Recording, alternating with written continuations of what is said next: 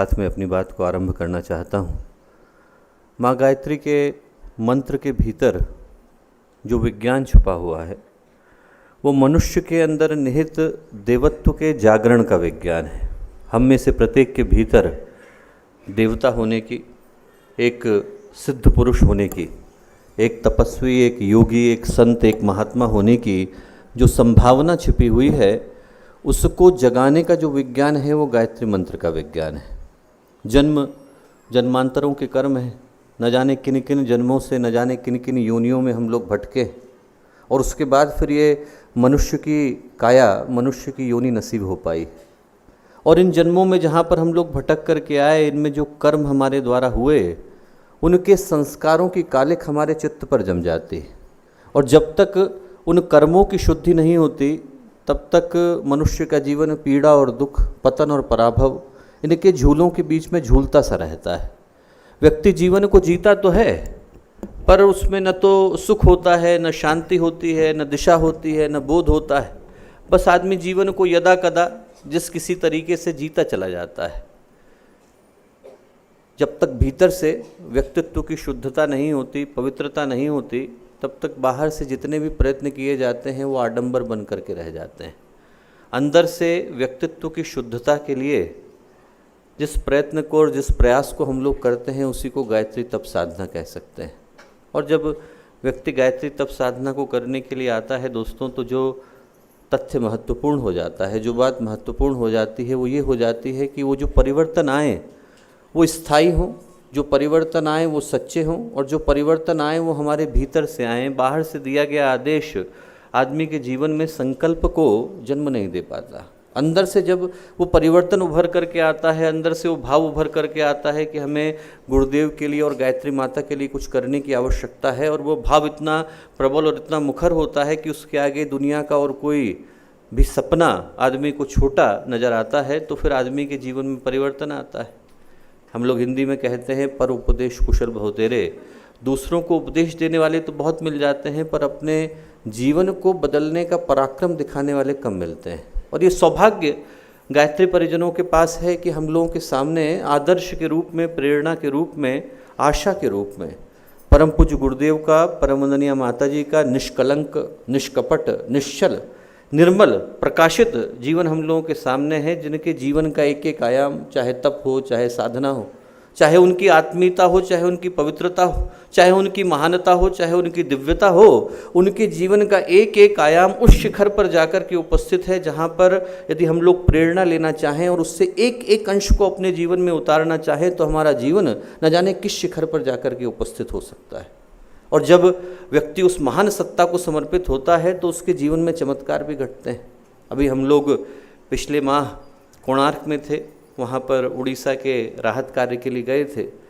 तो कोणार्क का जो शक्तिपीठ है बहुत छोटा सा है दोस्तों, बहुत छोटा सा, पर उसके अंदर की जो मूर्ति है वो बड़ी अद्भुत है। आप लोग भारत के किसी भी शक्तिपीठ में चले जाइए, वैसी मूर्ति आपको देखने को नहीं मिलेगी, क्योंकि वो जो गायत्री माता की प्रतिमा अंदर है वो किसी ने बनाई नहीं है, अपने आप समुद्र के अंदर से निकल करके आई है। वहाँ पर जो मूर्ति है वो ऐसा लगता है जैसे किसी और लोक से विश्वकर्मा ने अपने हाथ से बना करके भेजी हो। एक एक अक्षर, एक एक उसका जो स्वरूप है वो उभर करके आया है। हम लोग कोणार्क के मंदिर में राहत कार्य को करने के बाद और वहाँ पे सफाई करने के बाद ये उद्देश्य था कि वहाँ से निकलेंगे और पुरी को जाएंगे, पर ऐसा लगा जैसे किसी ने उस मंदिर की ओर को खींच लिया है। वो जो मूर्ति है वहाँ पर अपने जो परिव्राजक हैं उपेंद्र साहू जी, उनको एक रात पहले पूज्य गुरुदेव सपने में आए और सपने में आकर के बोले कि बेटा मैं तुम्हारे मंदिर के लिए मूर्ति भेज रहा हूँ। अगले दिन समुद्र में घूमने के लिए निकले, समुद्र के किनारे। उनका जो बालक है वो उनके पास आकर के बोला कि वो जो मथुरा वाले गुरुजी हैं जिनका फ़ोटो लगा हुआ है, वो भी आए थे और बोल करके गए हैं कि मूर्ति वहाँ पर रखी है। वहाँ गए तो देखा समुद्र से निकली हुई मूर्ति है, एकदम काले पत्थर की है। आप लोग देखेंगे तो सहजता से आपको समझ में आ जाएगा कि इस जगह की बनाई हुई नहीं। एक एक उसके अंदर की नक्काशी, एक एक कार्विंग बड़ी अद्भुत, दिव्य, अलौकिक जिसको कह सकते हैं। अब वो जो मूर्ति थी वो अपने यहाँ लेकर के आए। मंदिर बहुत छोटा सा है, मंदिर में यदि 10 लोग आकर के खड़े हो जाएं तो भीड़ हो जाएगी। बहुत छोटा सा मंदिर, बहुत छोटा सा मंदिर, पर जो मूर्ति है ऐसा लगता है जैसे स्वयं भगवान आकर के उपस्थित हो गए। और वहाँ पर हम लोग पहुँचे तो पहुँचने की घटना भी अद्भुत है। गाड़ी के जाने का रास्ता नहीं, हम लोग निकले थे कोणार्क से कि पुरी को जाना है, अपने आप सारा का सारा काफिला जो है मंदिर की ओर को मुड़ गया और सबके फ़ोनों ने काम करना बंद कर दिया। यदि कोई किसी को ये भी बोलना चाहे कि देखो इधर नहीं जाना था, जाना तो उधर था, तो फ़ोन काम नहीं कर रहा है, क्योंकि भगवान ने बुला लिया है। अब वहाँ पर जाकर के खड़े हो गए, ऐसा लगा जैसे गायत्री माता ने साक्षात वहाँ पर आकर के बुला लिया। और जो वो प्रतिमा है अद्भुत।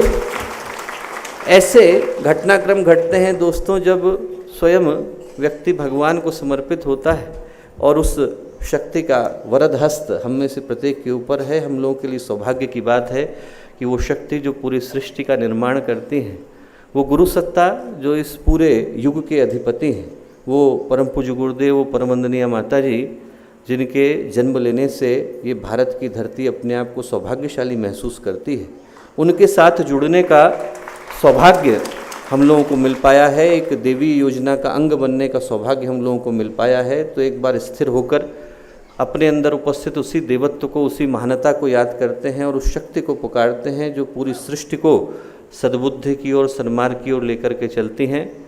उनका आशीष, उनकी अनुकंपा, उनका अनुग्रह हम सबके जीवन पर अनवरत बना रहे और हम सभी एक अच्छे उद्देश्य के लिए निरंतर आगे बढ़ते चलें। इस भाव के साथ गायत्री का महामंत्र साथ साथ ओम भूर्भुवः स्वः तत्सवितुर्वरेण्यं भर्गो देवस्य धीमहि धियो यो नः प्रचोदयात्।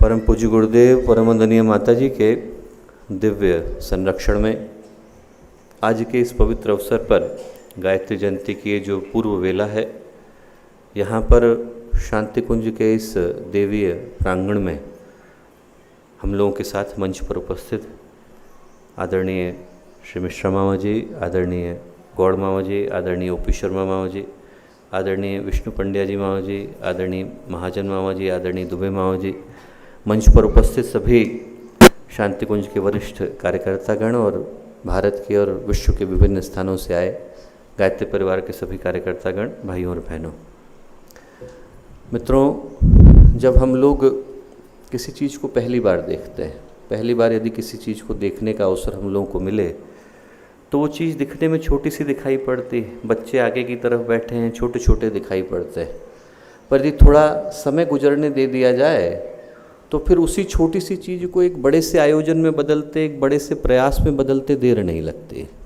बस समय को गुजरने देने की आवश्यकता है।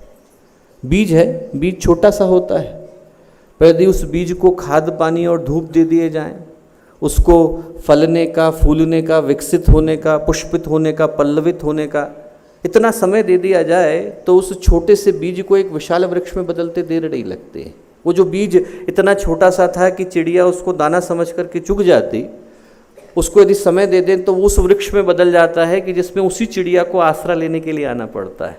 मात्र समय को गुजरने देने की आवश्यकता है। ईंट है, छोटी सी होती है, उस ईंट को देख करके आप ये नहीं समझ सकते कि किसी बड़े आयोजन में बदलेगी, पर उस ईंट में यदि आप गारा लगा दें, सीमेंट लगा दें, पानी लगा दें, लोहे का सरिया लगा दें तो एक ईंट से दूसरी, दूसरी से तीसरी, देखते देखते दीवार खड़ी हो जाती है, खंबा खड़ा हो जाता है, नींव के पत्थर बन जाते हैं और इमारत बन जाती है। एक ईंट को इमारत बनते देर नहीं लगती। हम लोग जो सभी लोग यहाँ पर बैठे हैं, इस मनुष्य के शरीर में बैठे हैं, हम लोगों के सबके जीवन की शुरुआत एक छोटी सी कोशिका से ही तो हुई। एक छोटी सी सेल थी, उसमें आरएनए, डीएनए, जीन्स जुड़ गए, जाइगोट बन गया, एम्ब्रियो बन गया, फीटस बन गया, शिशु बन गया, शिशु से युवा बन गया, वयस्क बन गया, वृद्ध बन गया। वही एक छोटी सी कोशिका है, देखते देखते एक बड़े से इंसान में बदल जाती है। एक छोटी सी कोशिका के अंदर गुरुदेव से लेकर आइंस्टाइन और विवेकानंद से लेकर पतंजलि बनने की संभावनाएं सुरक्षित होती। एक छोटी सी कोशिका है, पर यदि समय दे दिया जाए तो उसको एक बड़े से इंसान में और बड़े से मनुष्य में बदलते देर नहीं लगती। यहाँ तक कि ये पूरा का पूरा विश्व ब्रह्मांड जिसके अंदर हम लोग बैठे हैं, किसी समय में ये भी एक छोटे से अणु से ही शुरू हुआ होगा।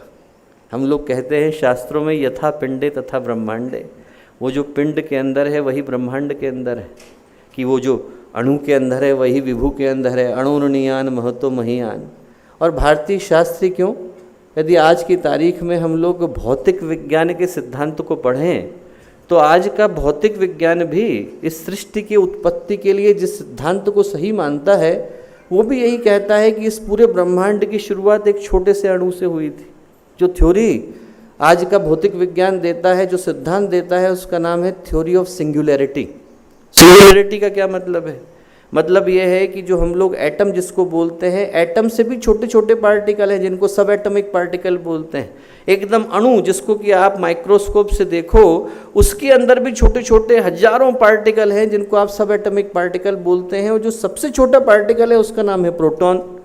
यदि हम लोग अंग्रेजी का आई लिखें और आई लिखने के बाद छोटा वाला आई लिखने के बाद ऊपर का डॉट लगाएं तो उस एक डॉट के अंदर 5 खरब प्रोटॉन आ गए, ऐसा वैज्ञानिक कहते हैं। 5 खरब। आंखों को छोड़ दीजिए, माइक्रोस्कोप से दिखाई नहीं पड़ेंगे, इतने छोटे हैं। और उस एक प्रोटॉन के अंदर यदि दुनिया भर के सारे ब्रह्मांड को उठा करके डाल दिया जाए, पूरा का पूरा उठा करके उस एक प्रोटॉन के अंदर डाल दें, तो विज्ञान कहता है कि वो फूटेगा।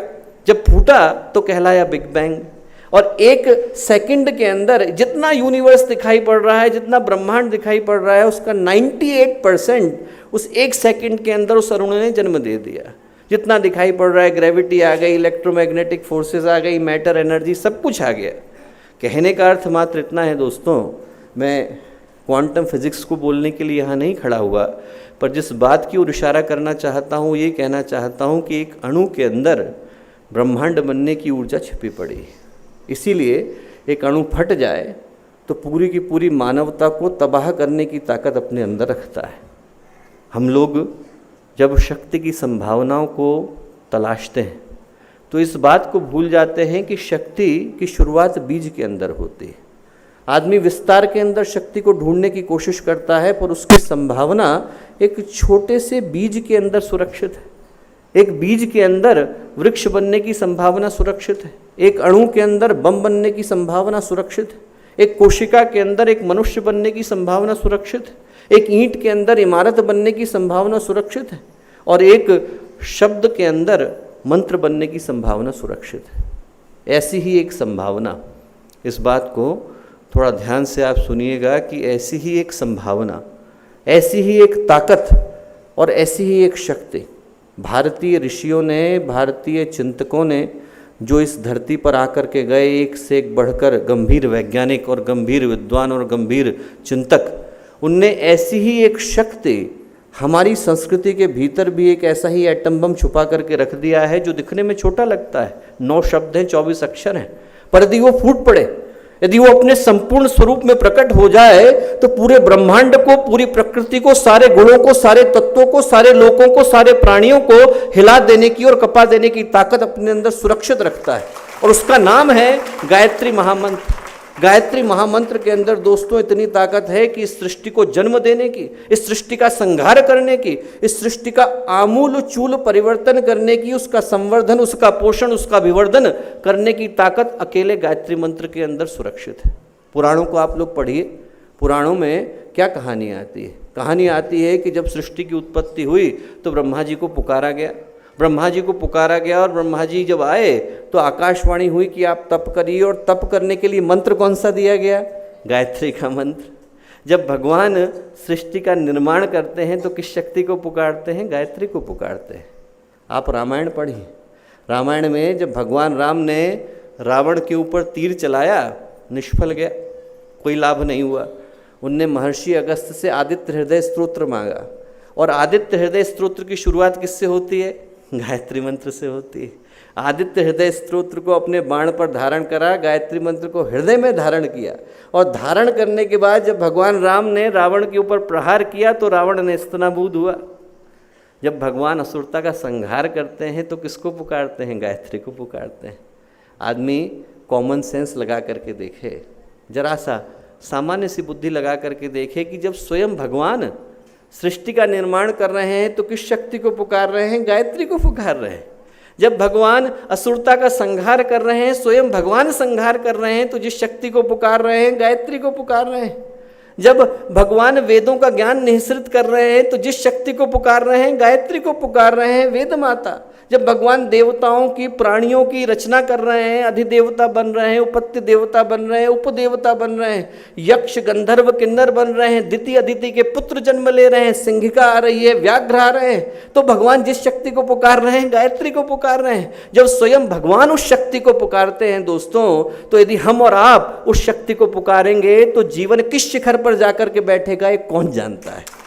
आदमी कल्पना करके देखे, महसूस नहीं कर पाता आदमी, क्योंकि जिंदगी भर उसी मंत्र को दोहराते दोहराते उसके मूल्य को हम लोग भूल जाते हैं। पर जो शक्ति को हम लोग पुकार रहे हैं, उस शक्ति के अंदर पूरे सृष्टि के निर्माण की और पूरी सृष्टि के विस्तार की संभावनाएं छिपी पड़ी हैं।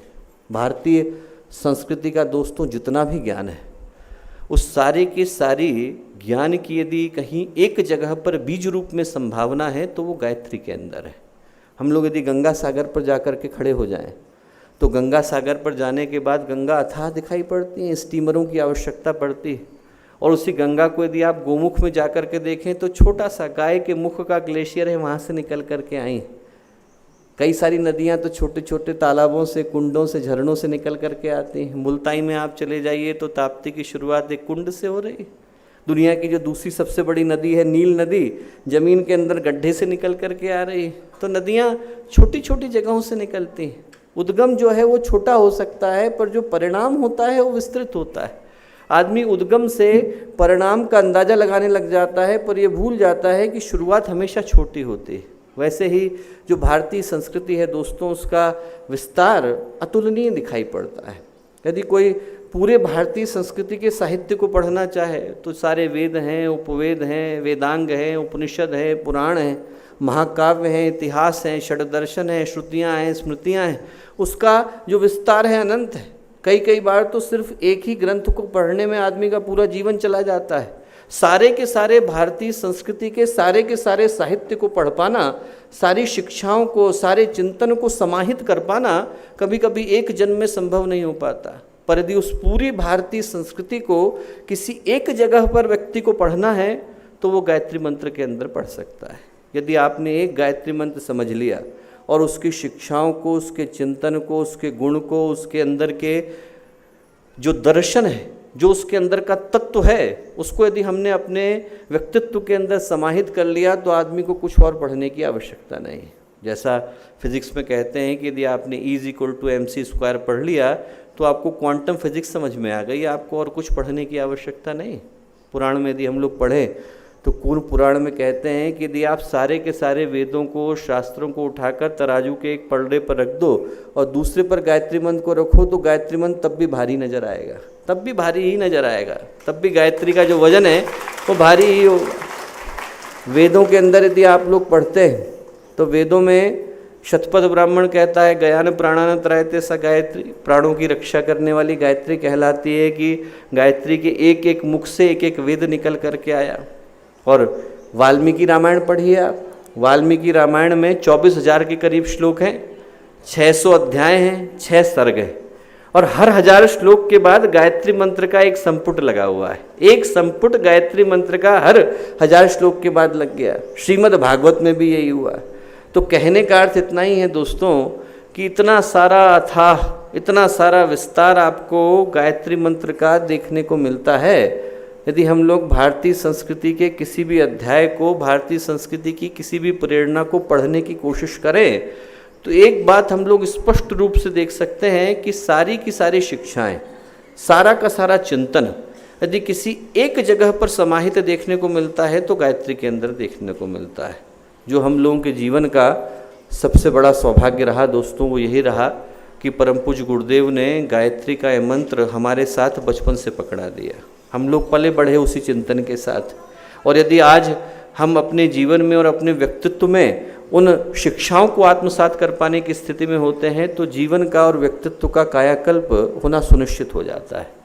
अथर्ववेद में एक मंत्र आता है जो हम लोग नित्य प्रति दोहराते हैं, अपने यज्ञ की प्रक्रिया में भी कहते हैं स्तुता मया वरदा वेद माता प्रचोदयंताम पावमानी दुजानाम आयु प्राणम प्रजाम पशुम कीर्तिम द्रविणम ब्रह्म वर्चसम।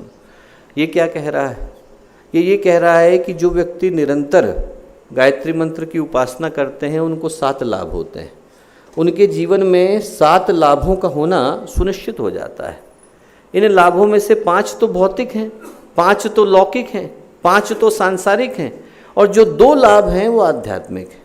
इनमें से यदि हम सारे लाभों को अपने जीवन में लें तो इस जीवन में और उस जीवन में, इस संसार में और उस संसार में जितनी भी तमन्नाएं हैं, जितनी भी कामनाएं हैं और जितनी भी संभावनाएं हैं, उन सब का पूरा होना सुनिश्चित हो जाता है। जो 5 भौतिक लाभ हैं उन्हीं को हम लोग पंच प्राण भी कहते हैं, पंच तत्व भी कहते हैं, पंच महाभूत भी कहते हैं और गायत्री के 5 मुख भी कहते हैं। बस उसके पीछे की एक शर्त है जिसके विषय में पहले बोलना चाहता हूँ। शर्त यह है कि लाभ मिलते तो हम में से हर एक को हैं, पर व्यक्ति को पात्रता दिखानी पड़ती है। जैसे आदमी वीज़ा लेने के लिए जाए तो पासपोर्ट का होना जरूरी है। बिना पासपोर्ट के कोई पहुंच जाए और कहे कि साहब आप हमें कागज़ पे लगा के दे दो, तो कहेंगे नहीं साहब आप पासपोर्ट लेकर के आओ। पासपोर्ट होएगा तो वीज़ा लगेगा। आप अकाउंट खुलवाने के लिए जाओ तो पहले आधार कार्ड दिखाना पड़ेगा कि साहब आधार कार्ड है तो आपको अकाउंट खुल पाएगा।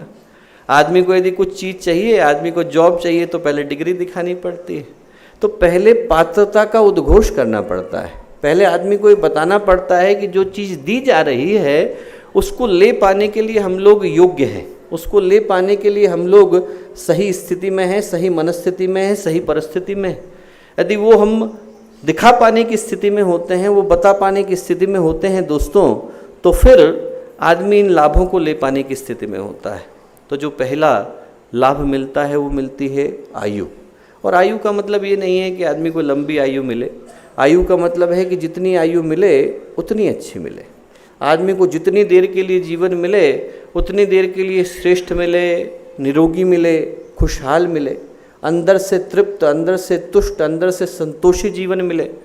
एक्सीडेंट हो जाए तो आदमी की मृत्यु हो ही जाती है। ऐसा नहीं है कि आदमी अमरता लिखा करके आया है, पर जितने देर के लिए जीवन मिले उतना अच्छा मिले। और उसको लेने के लिए कौन सा सूत्र और कौन सा सिद्धांत हम लोगों को अपने जीवन में अपनाना पड़ता है? यदि आयु चाहिए तो गुरुदेव कहते हैं कि आदमी को संयम का पालन करना पड़ता है।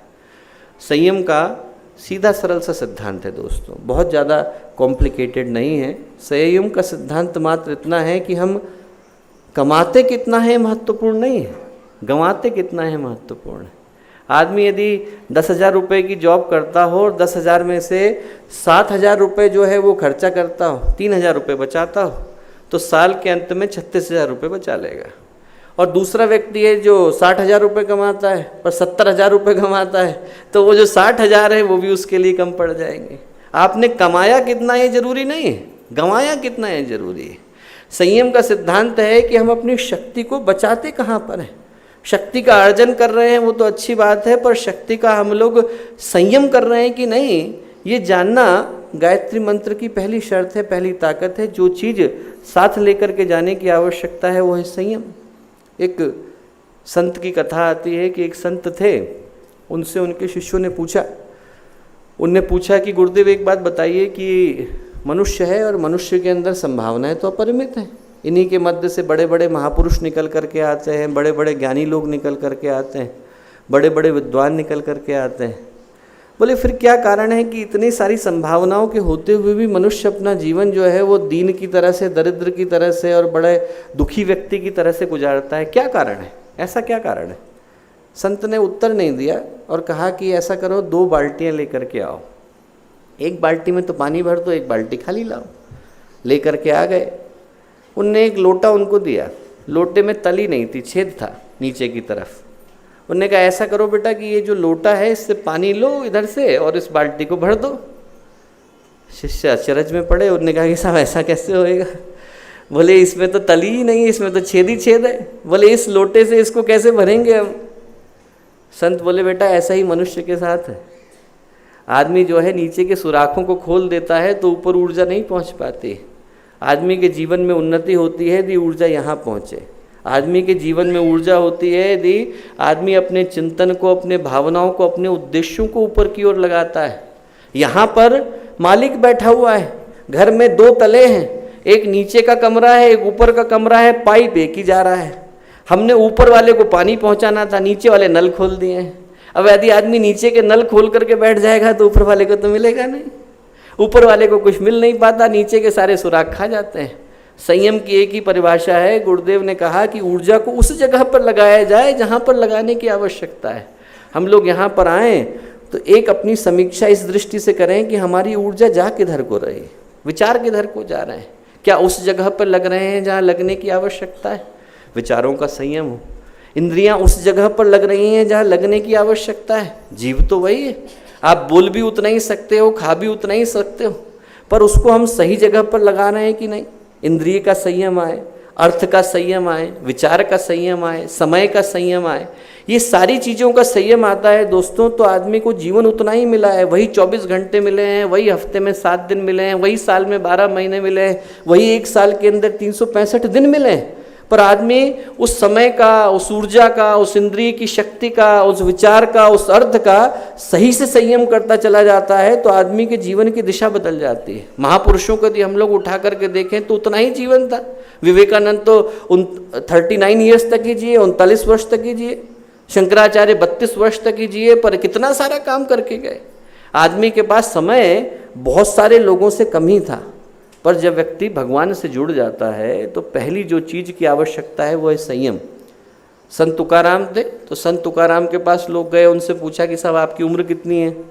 उनने कहा कि 5 वर्ष। तो उन्होंने कहा 5 वर्ष, आप तो 50 के करीब के लग रहे हैं।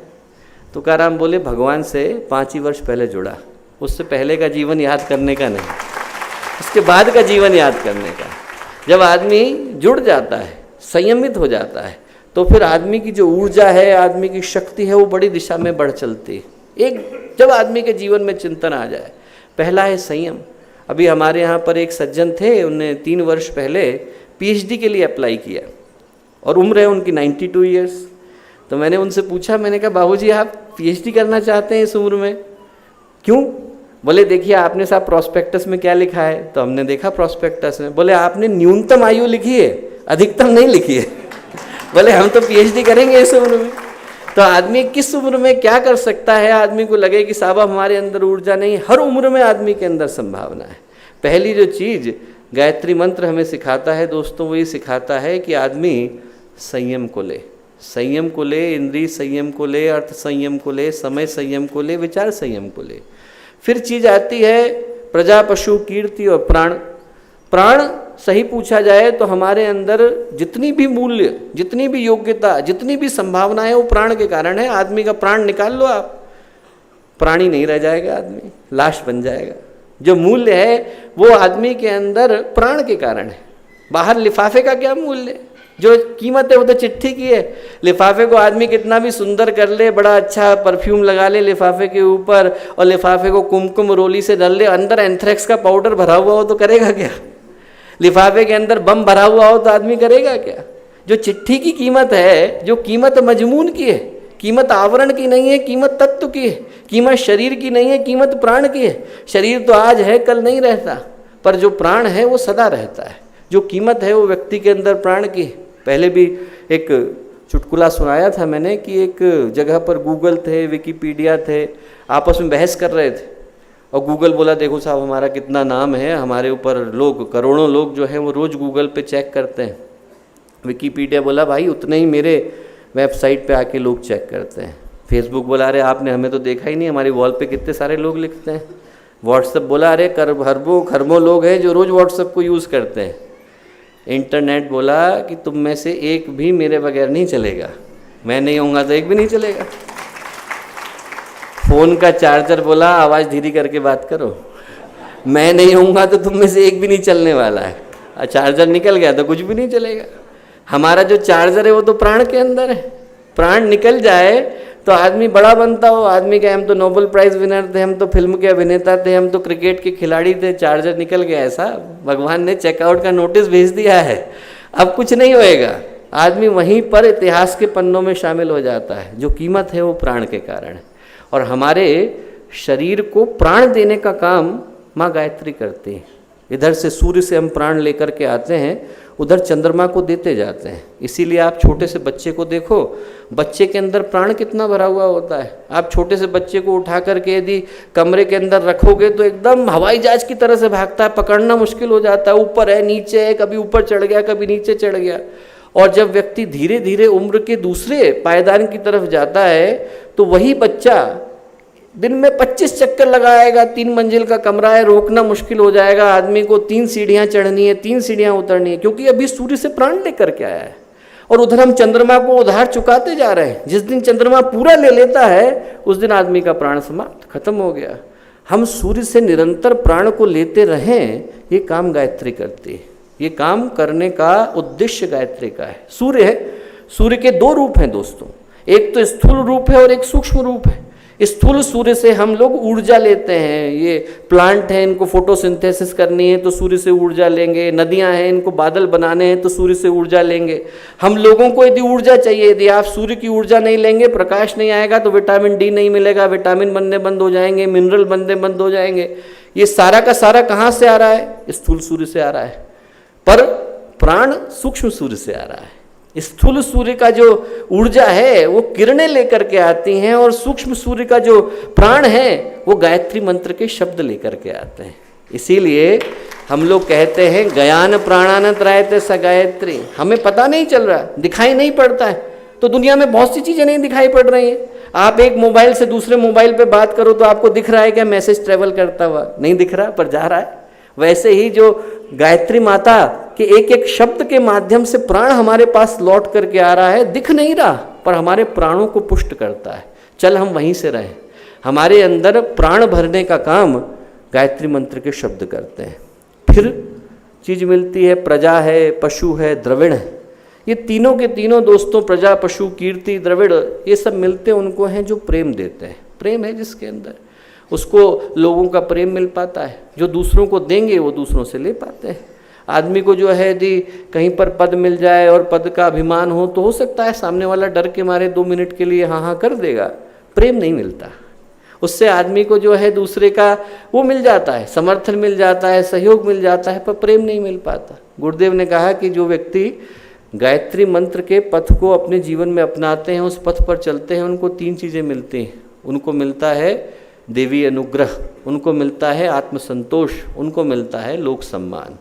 ये सारी की सारी चीज़ें आदमी के जीवन में आती हैं। अंदर से संतोष होता है। दुनिया वाले कुछ भी कहें, यदि मैंने गलत करा है, यदि मैं गलत ज़िंदगी जी रहा हूँ दोस्तों, तो अखबारों में मेरी तारीफ छप रही हो पर मुझे नींद नहीं आएगी, मुझे नींद नहीं आएगी। मुझे लगेगा भगवान मैं कर क्या रहा हूँ। आदमी को अंदर से ग्लानि होगी, अंदर से दिल कचोटेगा, अंदर से उसको नींद नहीं आ पाएगी। और यदि मैं सही कर रहा हूँ तो दुनिया गाली दे रही हो, आदमी चैन की नींद सोता है। उसको पता है कि साहब मैं सही पथ पर चल रहा हूँ। आत्मसंतोष। दूसरी चीज़ मिलती है लोक सम्मान, लोगों का प्यार मिलता है। तीसरी चीज़ मिलती है भगवान का अनुग्रह। जहाँ गाड़ी थोड़ी सी रुकी, पीछे से भगवान का सहारा आ जाता है। जहाँ पर आदमी को लगा कि थोड़ा सा थक रहे हैं, भगवान आकर के आपका बोझ हल्का करने के लिए खड़े हो जाते हैं। ये चीज़ मिलती है यदि आदमी गायत्री मंत्र के पथ पर आगे बढ़ता है। गुरुदेव ने आप देखें तो लोगों को प्यार ही तो दिया। हर जगह पर आदमी जा कर के देखे और लोगों से पूछ करके देखे। अखंड ज्योति हो सकता है किसी ने पढ़ी हो, गुरुदेव के लेक्चर हो सकता है किसी ने सुने हो, शांति कुंज हो सकता है कोई आया हो ना आया हो, पर एक बात तय है कि आप किसी से जा कर के पूछें, किसी से भी जा कर के पूछें, तो हर व्यक्ति एक बात स्पष्ट रूप से बोलेगा कि गुरुदेव ने जो हमें दिया वो प्यार दिया। आदमी चाहे एक बार को मिला और चाहे 1000 बार को, चाहे व्यक्ति को दूर से दर्शन हुए और चाहे व्यक्ति ने गुरुदेव के साथ बैठ करके खाना खाया, उसको ये चीज गुरुदेव ने महसूस कराई कि बेटा दुनिया में सबसे ज्यादा कीमत का मेरे लिए तू ही है। हर व्यक्ति ने ये समझा कि मेरे ही पिता हैं, हर व्यक्ति ने समझा कि वो माता जी तो मेरी ही। ये जो भाव था जो गुरुदेव ने हर व्यक्ति को दिया, वो दोस्तों इस गायत्री परिवार की नींव है, इसकी सबसे बड़ी पूंजी। मैं पहले भी एक उदाहरण सुनाया कि अपने यहाँ पर गायत्री विद्यापीठ में जो पहले वाइस प्रिंसिपल रहे भास्कर भाई साहब, जब शुरू शुरू के दिनों में यहाँ पर आए तो लोगों ने कहा कि गुरुदेव के पास लेके गए, बोले गुरुदेव मैं कार्यकर्ता बनना चाहता हूँ।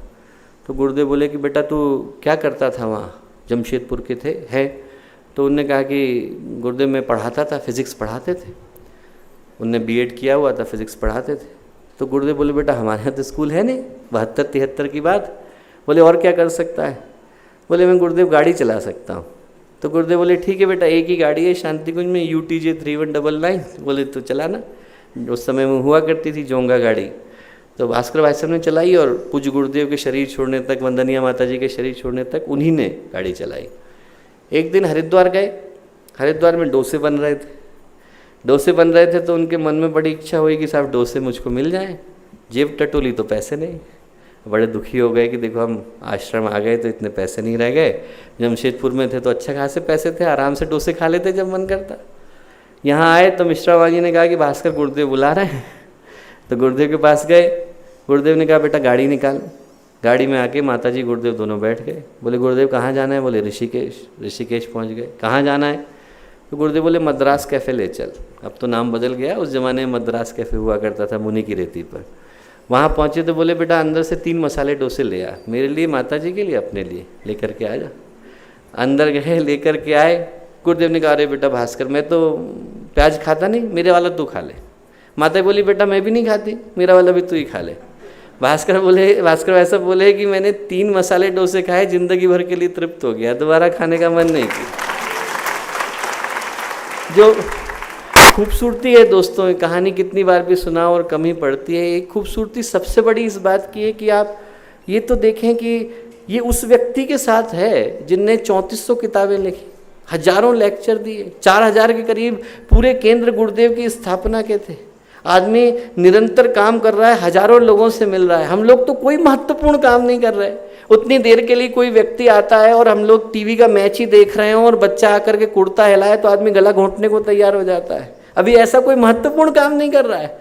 और वो गुरुदेव जो नित्य 3-3 आर्टिकल लिखते थे, एक किताब लिखते थे, हजारों लोगों से मिल रहे हैं, हजारों जगह पर जा रहे हैं, और उनको ये महसूस होता है कि जो बच्चा हमारे साथ चलता है उसका डोसा खाने का मन है तो तुरंत लेकर के जाते हैं। ये करने के लिए कितने बड़े दिल की आवश्यकता है। आदमी गुरु तो बन जाता है दोस्त, हम लोग अपने सौभाग्य को तो सराहें। आदमी गुरु तो बन जाता है पर पिता कौन बन पाता है? ये बनने का सौभाग्य किसके पास है कि वो पिता बन पाता है? अभी कल परसों अपने कार्यकर्ता आए थे वाराणसी से, वो घटना सुना रहे थे कि पहली बार जब आए वो गुरुदेव से मिलने के लिए, तो उनके मन में आया, जब प्रणाम करने के लिए गए तो 8-9 साल के थे। उनको लगा कि इतने सारे जो गुरुदेव के पास जब माँ ने पैसे दिए कि चढ़ा देना, तो उनको लगा कि नहीं चढ़ाऊँगा तो क्या है, एक्टिंग कर लेता हूँ।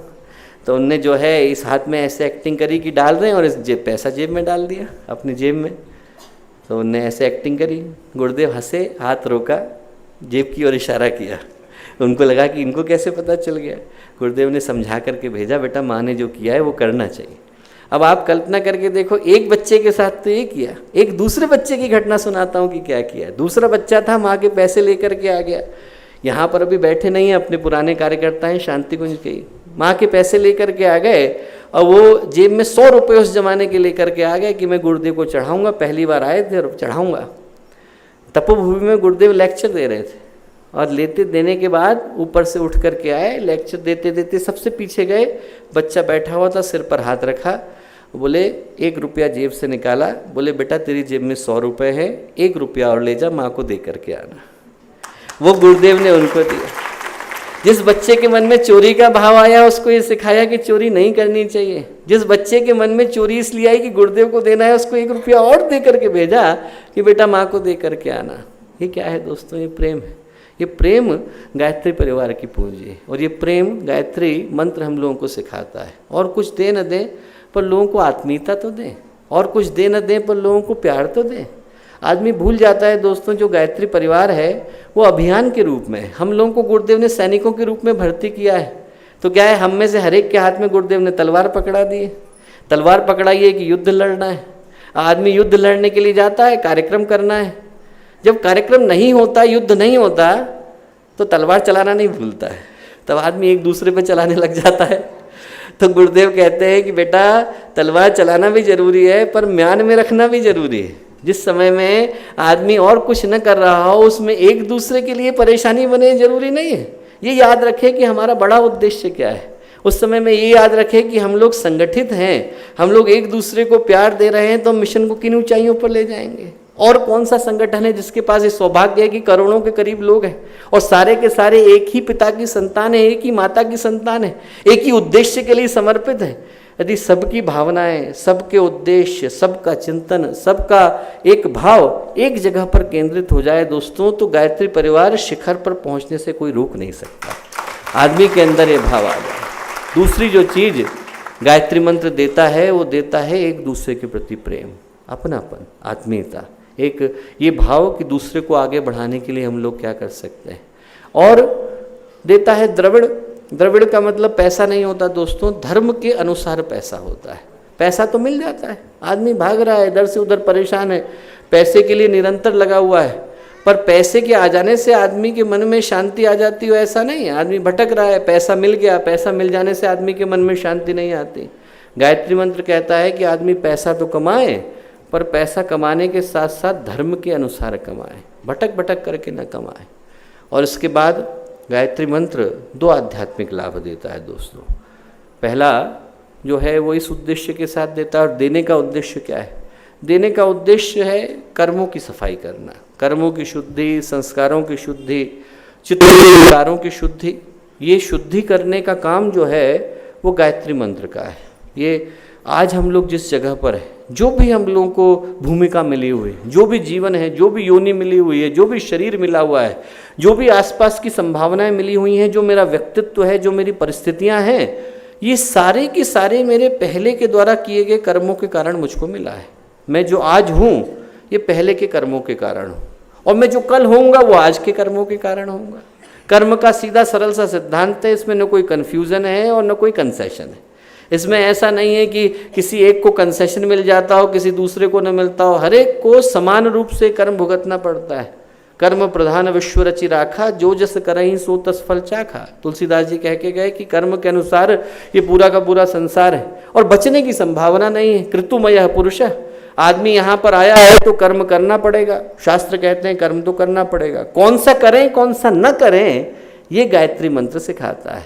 आदमी के अंदर ये समझ, ये बोध, ये विवेक आ जाए कि कौन से कर्म को करने की आवश्यकता है, कौन से को नहीं है, वो बोध गायत्री मंत्र देता है। क्योंकि कर्म में कोई कन्फ्यूज़न नहीं, भगवान के सॉफ्टवेयर में गलती नहीं होती। हर व्यक्ति का कर्म जो है वो उसके पास आज नहीं तो कल लौट करके आ जाता है। जब स्वयं भगवानों को चुकाना पड़ता है तो इंसान को तो आप भूल ही जाओ। एक घटना मैंने सुनाई थी पहले कि जो जलंधर दैत्य था, तो जलंधर दैत्य था, भगवान शिव के साथ युद्ध हो रहा था, तो भगवान शिव हरा नहीं पा रहे थे। इसलिए नहीं हरा पा रहे थे क्योंकि जलंधर दैत्य की जो पत्नी थी वृंदा, उसका पुण्य बड़ा भारी था।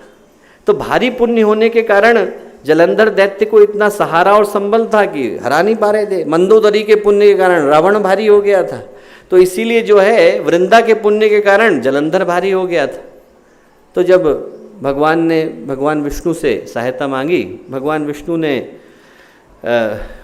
वृंदा का जो है सतीत्व हरण किया, तो उसके कारण क्या हुआ, पुण्य कमजोर हुआ, जलंधर हारा गया, जलंधर मारा गया। पर उसके कारण जो कर्म लगा वो हर एक को भुगतना पड़ा।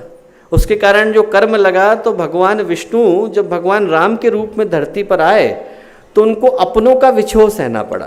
कर्म लग गया, वो अपने अपनों के साथ कभी नहीं रह पाए। 6 साल के थे तो वशिष्ठ विश्वामित्र ले गए। जिस दिन लौट करके आए, सीता के साथ विवाह था, वनवास मिल गया। वनवास से लौट करके आए तो सीता चली गई। पहली बार लव और कुश को देखा तो अगले दिन शरीर त्यागना पड़ा। आदमी जो है वो अपनों का विछोह सहना पड़ा। माता सीता को निर्दोष होते हुए भी एक कलंक और एक अपमान सहना पड़ा।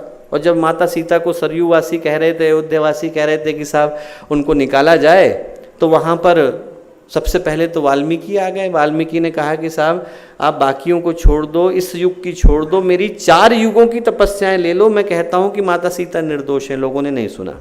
विभीषण आ गए। विभीषण ने कहा कि साहब मैं वहाँ रहता था और मैं कहता हूँ कि माता सीता निर्दोष है। लोगों ने नहीं सुना। जमीन फटी, माता सीता को प्राण देने पड़े और वो कर्म अयोध्यावासियों पे लगा। सारे के सारे अयोध्यावासियों को सरयू में जाकर के प्राण त्यागने पड़े। कर्म लगा। भगवान शिव को, चूंकि उनके सहयोग के लिए भगवान विष्णु ने इस काम को किया, तो भगवान शिव को भगवान राम का दासत्व स्वीकारना पड़ा, हनुमान के रूप में जीवन लेना पड़ा। और वो वृंदा जिसका सतीत्व उसके निर्दोष होने के बावजूद लिया गया था, उनके साथ भगवान को शादी करनी पड़ी। वो तुलसी के रूप में आई और वृंदावन कहलाई। आप कल्पना करके देखो, जब भगवानों को कर्म लेना पड़ता है तो इंसान को कौन छोड़ने वाला है? हर एक को लेना पड़ता है। हर व्यक्ति के पास ना भुक्तम क्षीयते कर्म जन्म कोटि शतैरपि। शास्त्र कहते हैं कि हजारों साल निकल जाएं और न जाने कितने जन्म निकल जाएं, पर कर्म आता है। महत्वपूर्ण बात यह है कि इतनी बात सरल है, स्पष्ट है, आदमी भूल क्यों जाता है? ये सब कुछ हर एक को पता है, फिर आदमी भूल क्यों जाता है? भूल इसलिए जाता है दोस्तों, हम लोग एक दिन ठहर करके देखें, इसलिए भूल जाता है क्योंकि कुछ कर्मों के परिणाम तो तुरंत मिल जाते हैं, कुछ कर्मों के परिणाम के लिए प्रतीक्षा करनी पड़ती है। तो आदमी को लगता है भगवान जाने बात सही भी है कि नहीं है। आदमी अच्छे कर्म करता है और कुछ अच्छा रिजल्ट नहीं आता तो उसको लगता है भगवान जाने हमारे अच्छे कर्मों का कोई परिणाम आ रहा है कि नहीं आ रहा। और आदमी बुरे कर्म करता है और मौज की ज़िंदगी जीता है तो कहता है अरे साहब दुनिया में ऐसे ही चलता है, मौज से जियो, कोई फ़र्क नहीं पड़ता। वो इसलिए है क्योंकि कर्मों के लिए प्रतीक्षा करनी पड़ती है। आदमी छत से कूद पड़े तो हड्डी टूट जाएगी, अभी मिल गया परिणाम। पर यदि आदमी को जो है कुछ कर्म है जिनको करने में प्रतीक्षा करनी पड़ती है, और अच्छे कर्मों के लिए भी उतना ही सत्य है जितना बुरे कर्मों के लिए है। अच्छे कर्मों के लिए भी थ्योरी उतनी ही सटीक है जितने बुरे कर्मों के लिए है। बच्चे को आप पढ़ने के लिए भेजो तो पहले ही दिन में प्रोफेसर बन के थोड़ी लौटता है। आदमी को भेजा है तो 30 साल प्रतीक्षा करनी पड़ेगी। पहले दिन कोई एक्सरसाइज करने के लिए जिम में जाए तो आर्नोल्ड श्वार्ज़नेगर होकर के थोड़ी हो जाता है। आदमी को 10-20 साल तक मेहनत करनी पड़ेगी, अच्छे कर्म में प्रतीक्षा करनी पड़ेगी, और बुरे में भी प्रतीक्षा करनी पड़ती। एक सिगरेट पीने से आदमी को फेफड़े का कैंसर नहीं हो जाता, शराब का एक घूंट पीने से आदमी को लिवर की सिरोसिस नहीं हो जाती। 10 साल पियो, आपको पता चल जाएगा। आदमी को जो है अच्छे और बुरे कर्मों की प्रतीक्षा करनी पड़ती है, और आदमी इस बात को भूल जाता है। और भगवान ने व्यवस्था जानबूझ करके बनाई। बच्चा है, बच्चा चलना सीखता है तो 10 बार गिरता है, और 10 बार गिरता है तो समझ पाता है कि मैं उठ करके चल सकता हूँ। उसके अंदर आत्मविश्वास विकसित होता है। एक बार गिरे और हड्डी टूट जाए और ज़िंदगी में कभी ना उठ पाए तो आदमी दोबारा चलना ही नहीं सीखेगा। वैसे ही यदि दुनिया में लोग कहते हैं कि साहब कर्म का तुरंत फल मिले, तुरंत फल मिलने लगे तो दुनिया अगले दिन नष्ट हो जाएगी। आदमी ने किसी को गलत दृष्टि से देखा और आंखें फूट गई, आदमी ने चोरी करी और हाथ कट गए, आदमी ने व्यभिचार किया और नपुंसक हो गया, अगले दिन दुनिया नहीं चलेगी दोस्तों। आदमी को दूरदर्शिता और विवेक विकसित करने का अवसर ही नहीं मिलेगा। आदमी को ये संभावना ही नहीं आएगी कि मुझे अपनी गलतियों से समझ कैसे लेने की आवश्यकता है। वो काम हमारे को 2 चीज़ें सिखाते हैं, अंतरात्मा सिखाती है और विवेक सिखाता है। हमारे अंदर जो भगवान ने अंतरात्मा बैठाई है वो हमें याद दिलाती है, रुक रुक कर बेटा इस पथ पर मत चल, यहाँ चलेगा तो गलती है। हम उसकी आवाज़ को सुनना बंद कर देते हैं। हर एक को पता है।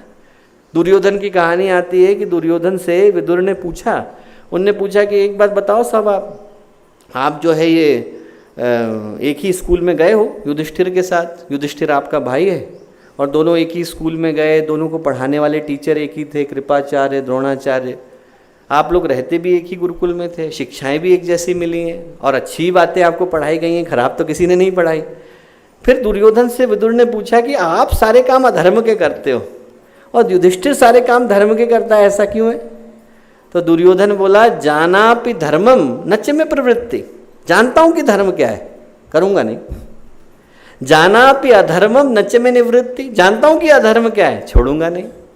केनोपि देवेन हृदय स्थितेन यथा नियुक्तोस्मि तथा करोमि, ऐसा लगता है कि कोई अंदर आकर के बैठ गया और जहां नियुक्त कर देता है वो करने के लिए मैं बाध्य हो जाता हूं। अंतरात्मा की आवाज़ सुननी बंद कर दी, सुननी बंद कर देता है इंसान तो अधर्म के पथ पर चला जाता है।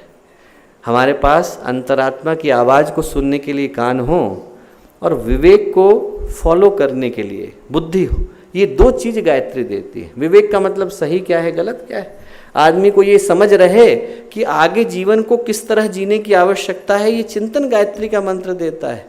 पूज्य गुरुदेव कहानी सुनाते थे कि एक जगह पर एक राज्य था और उस राज्य में नियम क्या था कि उस राज्य में यदि व्यक्ति जाए तो राजा बनाते थे आदमी को, और राजा बनाने के साथ साथ एक अजीब सा नियम था। नियम ये था कि जैसे ही आपके राजा बनने के 5 साल पूरे होंगे वैसे ही आपको उठा करके एक निर्जन से द्वीप में डाल दिया जाएगा। तो राजा 5 साल तो खूब आराम करता था, खूब अच्छे से सुख लिए, भोग लिए। 5 साल के बाद उठा के निर्जन द्वीप में डाल दिया। आदमी वहाँ तबाह तबाह होकर के मरता था। कष्ट सह सह करके कुछ था नहीं, वहाँ रहने को कुछ नहीं, खाने को कुछ नहीं, परेशान होकर मर जाता था। जैसे ही एक दिन एक राजा बना तो उसने कहा कि वो सब तो ठीक है, पहले ये सोचूं कि 5 साल के बाद जाना कहाँ है। तो उसने सबसे पहला ये काम किया कि जिस द्वीप में गया देखने के लिए यहाँ क्या है। बस उसने जैसे ही गया कि 5 साल के बाद इस द्वीप में आना है, उसने वहाँ खेती शुरू करा दी, बिल्डिंगें बनानी शुरू करा दी। 5 साल में वो द्वीप मूल राज्य से ज़्यादा बढ़िया हो गया। बस 5 साल के बाद जब उसको वहाँ भेजा गया तो और भी ज़्यादा अच्छी दुनिया थी, यहाँ की तो छोड़े, वहाँ और भी ज़्यादा अच्छा था। आदमी भूल जाता है दोस्तों कि यहाँ तो हम 5 साल के ही राजा हैं, जिधर जाना है उधर की तैयारी करी है कि नहीं करी है। जहाँ पर जा कर के रहना है वहाँ की तैयारी अभी से शुरू कर दें, आज से शुभ कर्म शुरू कर दें, आज से शुभ चिंतन शुरू कर दें, आज से शुभ भावनाएं शुरू कर दें। आज यहाँ का राज्य मिला है, कल आदमी क्या बनेगा कौन जानता है। कल आदमी को कौन सा जीवन मिलने वाला है, कौन सी योनि मिली हुई है, कौन सी जगह पर आदमी जा कर के रहेगा और क्या करेगा, ये सोच यदि आदमी के पास शुरू से हो तो आदमी जीवन को उसी के अनुरूप जीता है। उस सोच का नाम है विवेक। गायत्री मंत्र दोस्तों ये चिंतन हमें देता है। गायत्री मंत्र जिस आधार पर लाभ देता है वो यही देता है कि यदि व्यक्ति संयम का जीवन अपनाए, इंद्रिय संयम हो, अर्थ संयम हो, समय संयम हो, विचार संयम हो, तो आदमी अपने जीवन में आयु को, निरोगी आयु को, स्वस्थ आयु को और श्रेष्ठ आयु को प्राप्त करता है। आदमी के अंदर धर्म की भावना हो तो जो द्रविड़ मिलता है उसका उपयोग सही करता है। आदमी के अंदर यदि साहस हो तो जो प्राण मिलता है उसका उपयोग सही से करता है।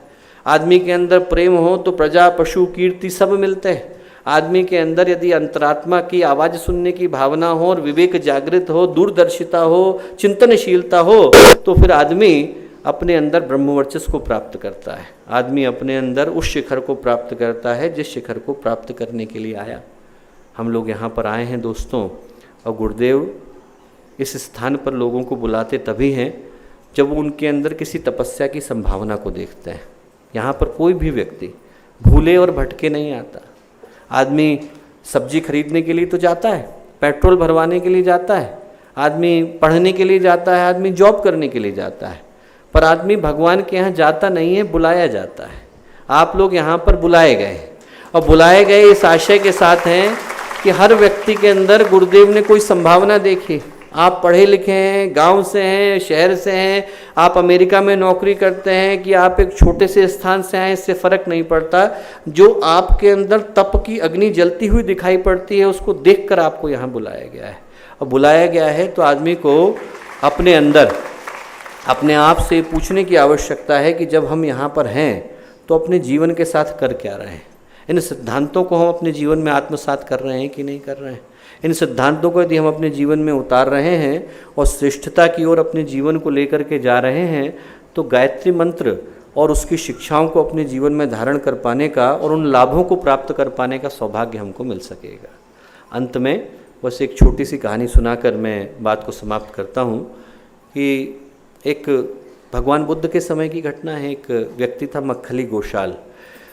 भगवान बुद्ध के 5 शिष्य थे जिनको जो है समाधि की अवस्था प्राप्त हुई, उनमें से पहला व्यक्ति था।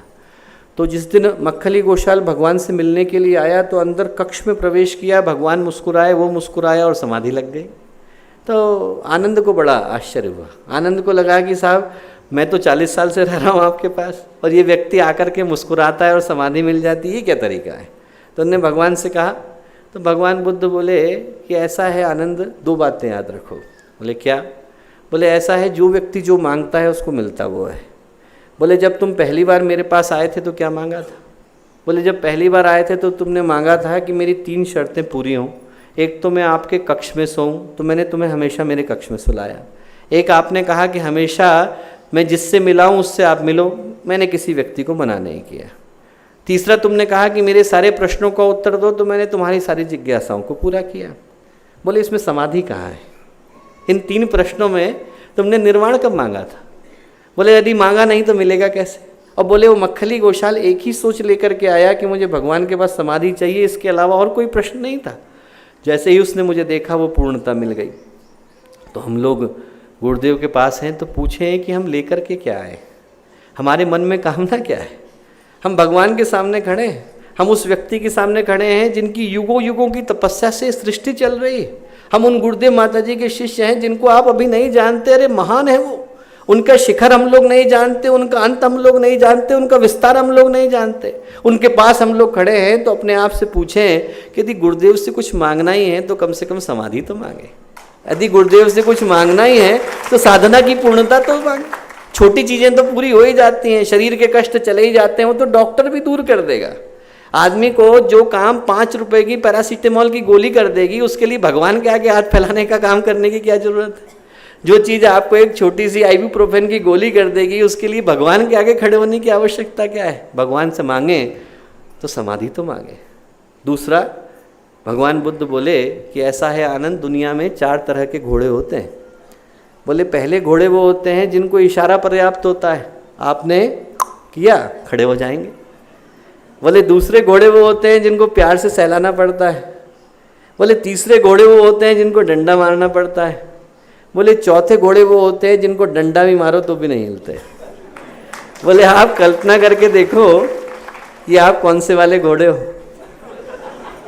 हम लोगों को ये सोचने की आवश्यकता है कि हम कौन से वाले हैं, हमारे लिए पर्याप्त है या फिर भगवान को अपने हाथों को कष्ट देने की आवश्यकता है।